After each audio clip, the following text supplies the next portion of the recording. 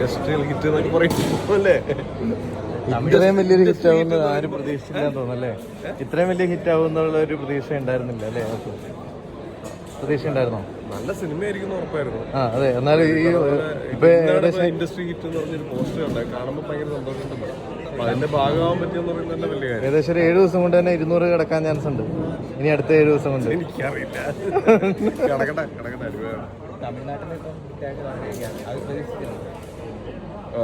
അത്രയും ഹിറ്റാവും അങ്ങനെയല്ല. ഇപ്പം മെയിൻ സെന്റേഴ്സിലൊക്കെ ചിലപ്പോൾ ചെന്നൈയിലൊക്കെ ഓടുമായിരിക്കും, അല്ലെങ്കിൽ ഓടും എന്നുള്ളൊരു പ്രതീക്ഷ ഉണ്ടായിരുന്നു. പക്ഷേ ഇപ്പം എനിക്ക് തോന്നുന്നു തമിഴ്നാട്ടിലുള്ള ഉൾഗ്രാമങ്ങളിലേക്കുള്ള തിയേറ്റേഴ്സിൽ പോലും ഭയങ്കരമായിട്ട് വർക്കൗട്ട് ആയിരുന്നു സിനിമ. ഒരുപാട് ആൾക്കാർ കാണുന്നുണ്ട്. എനിക്ക് പരിചയമുള്ള കുറേ ഫ്രണ്ട്സ്, അപ്പം ഞാനൊരു വർഷങ്ങൾക്ക് മുന്നേ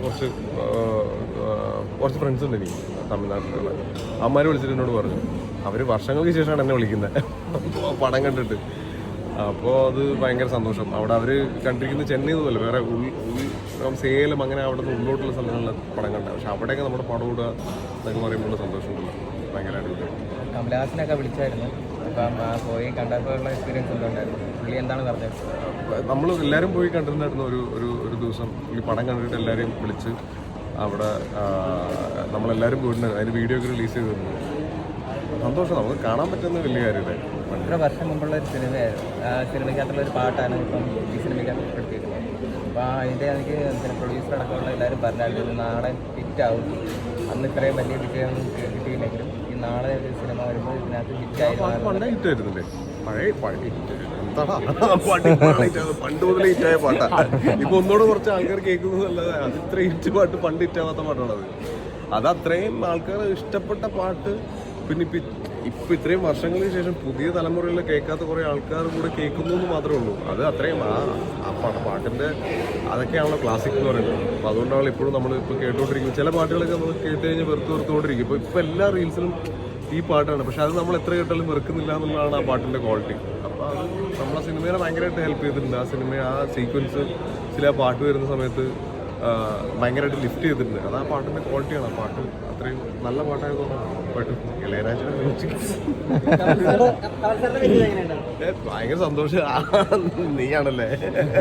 ഇല്ല, ഭയങ്കര സന്തോഷം. കാരണം എന്താ വെച്ചാൽ കമൽ സാറിനെ കാണാൻ പറ്റുക എന്ന് പറയുന്നത് എൻ്റെ ഭയങ്കര ആഗ്രഹമാണ്. പണ്ട് ഞാൻ കുറേ വീഡിയോസൊക്കെ ചെയ്തിട്ടുണ്ട്, മറ്റേ ദശാവതാരത്തിലൊക്കെ കുറേ ഇതൊക്കെ ചെയ്തിട്ടുണ്ട്. അപ്പം നമുക്ക് കാണാമെന്നുള്ളതാണ്. പിന്നെ പുള്ളി ഡയറക്റ്റ് നമ്മുടെ സിനിമ കണ്ടു, ഞങ്ങൾ എല്ലാവരും കൂടെ അഭിനയിച്ചൊരു സിനിമയിൽ പിന്നെ നമ്മളെ കൂടെ കണ്ടു എന്ന് പറയുന്ന ഉള്ളൊരു ഭാഗ്യമുണ്ടല്ലോ. അത് ഭയങ്കര സന്തോഷമുള്ള കാര്യമായിരുന്നു. ഈ രാജമൗലി എടുത്ത സ്റ്റേറ്റ്മെന്റ് ഇറക്കിയിട്ടുണ്ടായിരുന്നു ഇപ്പൊ, അതായത് മലയാളത്തിലത്തെ ആക്ടേഴ്സിനെ കണ്ടിട്ട് കൊതി തോന്നുന്നു, അസൂയ തോന്നുന്നു, അവരാണ് ഏറ്റവും ബെസ്റ്റ്.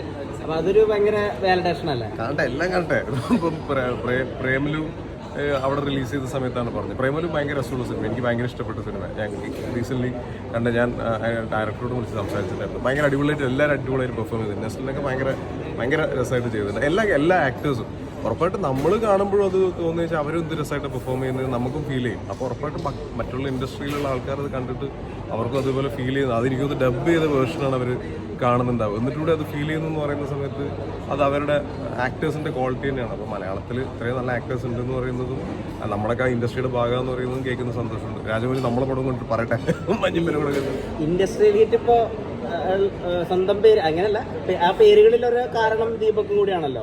ആ പടത്തിലുണ്ട് എന്ന് പറയുന്നത് വലിയ കാര്യമാണ്. കാരണം അതായത് നമ്മൾ മലയാള സിനിമയുടെ ചരിത്രം എടുത്ത് നോക്കി ഇതുവരെ എടുത്തതിൽ അത്രയും കളക്ട് ചെയ്ത സിനിമയുടെ ഭാഗമായി എന്ന് പറയുന്നതിലും സന്തോഷമുണ്ട്. കാരണം ഇപ്പം ചിതുവിൻ്റെ കഴിഞ്ഞ സിനിമ ഹിറ്റാണ്. അപ്പോൾ ഈ ഒരു സിനിമ അത്രയും ഹിറ്റാവാൻ അത്രയും എഫേർട്ട് അവൻ എടുത്തിട്ടുണ്ട്. അപ്പോൾ നമ്മൾ പെട്ടെന്നൊരു സിനിമ ഉണ്ടാക്കിയല്ല. ജാനമിന് ശേഷം വേറെ സിനിമകളൊന്നും ചെയ്തിട്ടില്ല. അപ്പോൾ ഈ സിനിമയാണ് നെക്സ്റ്റ് ചെയ്യുന്നത്. അപ്പോൾ ആ സിനിമയ്ക്കുള്ള എഫേർട്ട് ഉറപ്പായിട്ട് അത് റിഫ്ലക്ട് ചെയ്തെന്ന് മാത്രമേ ഉള്ളൂ. അപ്പോൾ അത് പൈസ ഹിറ്റ് എന്നൊക്കെ പറയുന്നത് വേറെ, അത് ഭയങ്കര കാര്യമാണ്. അപ്പം പക്ഷേ അത്രയും ക്വാളിറ്റിയുള്ള ഒരു പ്രൊഡക്റ്റ് ഉണ്ടാക്കാൻ ഭയങ്കരമായിട്ട് ട്രൈ ചെയ്ത് ശ്രമിച്ചു എന്നുള്ളതാണ് എൻ്റെ സക്സസ്. കഴിഞ്ഞ വർഷം കണ്ണൂർ സ്കോഡ്, ഈ വർഷം മഞ്ഞുമ്മൽ. എന്താണ് ശരിക്കും പ്രോസസ്സ് സെലക്ഷനിൽ?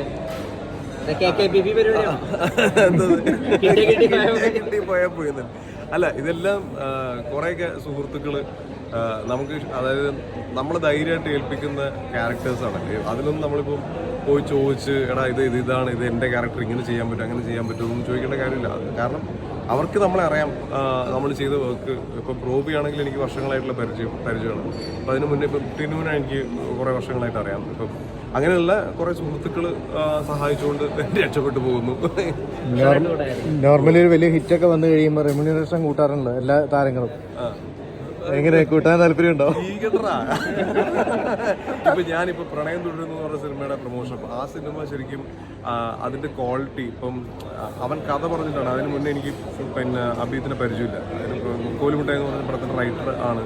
ആ സിനിമ ഞാൻ കണ്ടിട്ടില്ല. പക്ഷേ എൻ്റെ അടുത്ത് നന്ദം പിടിച്ച് സംസാരിച്ചിട്ടാണ് ഞാൻ സിനിമയിലേക്ക് അവനിങ്ങനെ ഒരു കഥ പറയണം, ഇങ്ങനെ ഒരു പരിപാടിയാണെന്ന് പറഞ്ഞു. അപ്പോൾ വിളിച്ചു പറഞ്ഞപ്പോൾ അവൻ ആദ്യം എന്നോട് പറഞ്ഞ കാര്യം എന്ന് വെച്ചാൽ ഒരു ഭയങ്കര ചെറിയ സെറ്റപ്പിൽ ചെയ്യുന്ന പരിപാടിയാണ്. അപ്പം പൈസ എന്ന് പറഞ്ഞ പരിപാടി നമുക്ക് നമ്മളെല്ലാം കുറച്ച് സുഹൃത്തുക്കൾ ചെയ്യുന്നത് കുഴപ്പമില്ല, നമുക്ക് കഥ കേൾക്കാമെന്ന് പറഞ്ഞു. കഥ കേട്ടപ്പോൾ ഭയങ്കര രസമുണ്ടായിരുന്നു കഥ. പിന്നെ ഞാൻ പറഞ്ഞാൽ ജെനുവിനായിട്ട് ജയറായിട്ടിനോട് എനിക്ക് ഭയങ്കര ഇഷ്ടമുണ്ട്. കാരണം ഇത്രയും വർഷങ്ങളായിട്ട് ഇൻഡസ്ട്രിയിൽ നിൽക്കുക എന്ന് പറയുന്നത് വലിയ കാര്യമാണ്. ചെറിയ ചെറിയ ക്യാരക്ടേഴ്സും ചിലപ്പം നമ്മൾ മടുത്തിട്ട് നിർത്തും. ഇപ്പം ഞാൻ കുറച്ച് വർഷങ്ങളായിട്ട് സിനിമയിൽ നിൽക്കുന്നത് ഇതേപോലെ ചെറിയ ക്യാരക്ടേഴ്സ് ചെയ്യുന്നുണ്ട്, ആൾക്കാർ തിരിച്ചറിയുന്നുണ്ട്. ഇപ്പം ജയറായിട്ട് ഇത്രയും വർഷം കഴിഞ്ഞിട്ട് ഹെലനിലാണ് ആൾക്കാർ, അതിന് മുന്നേ അറിയാം, സിനിമയിലൊക്കെ അറിയാം, പക്ഷെ അത്രയും ആൾക്കാർ ശ്രദ്ധിക്കപ്പെടും സിനിമ ശ്രദ്ധിക്കപ്പെടും. അപ്പോൾ ജയറായിട്ട് നായകനായിട്ടുള്ള സിനിമയിൽ എനിക്ക് അഭിനയിക്കുക എന്ന് പറയുന്നത് ഭയങ്കര സന്തോഷമുണ്ടായിരുന്നു. അപ്പൊ അത് ഉറപ്പായിട്ട് സാമ്പത്തികം ഇപ്പൊ റെമ്യൂണറേഷൻ പണം ഹിറ്റായ സ്ഥിതിക്ക് എന്തായാലും കുറച്ച് കൂടുതലായിരിക്കും. ജയമോഹനെ മഞ്ഞുമൽ ബോയ്സിനെ എല്ലാവർക്കും അവരൊരു അഭിപ്രായം ഉണ്ടല്ലേ, കുഴപ്പമൊന്നുമില്ല, നല്ല കുറച്ചുകൂടെ ആൾക്കാർ പടം കാണുന്നുണ്ടല്ലോ. അടുത്തത് 4-5 ചെറുപ്പക്കാർ എന്ന് പറഞ്ഞിട്ട് ജ്യോതിഷ് ശങ്കർ എന്ന് പറഞ്ഞ ഡയറക്ടർ, ആർട്ട് ഡയറക്ടർ പ്രഭുത്തിന്റെ കാർട്ടേന്ന്. അപ്പോൾ ജ്യോതിഷ് ചേട്ടൻ ഡയറക്ട് ചെയ്യുന്ന പടം, ബേസിലാണ് നായകൻ. അതിൽ രസമുള്ളൊരു ക്യാരക്ടർ ചെയ്തിട്ടുണ്ട്.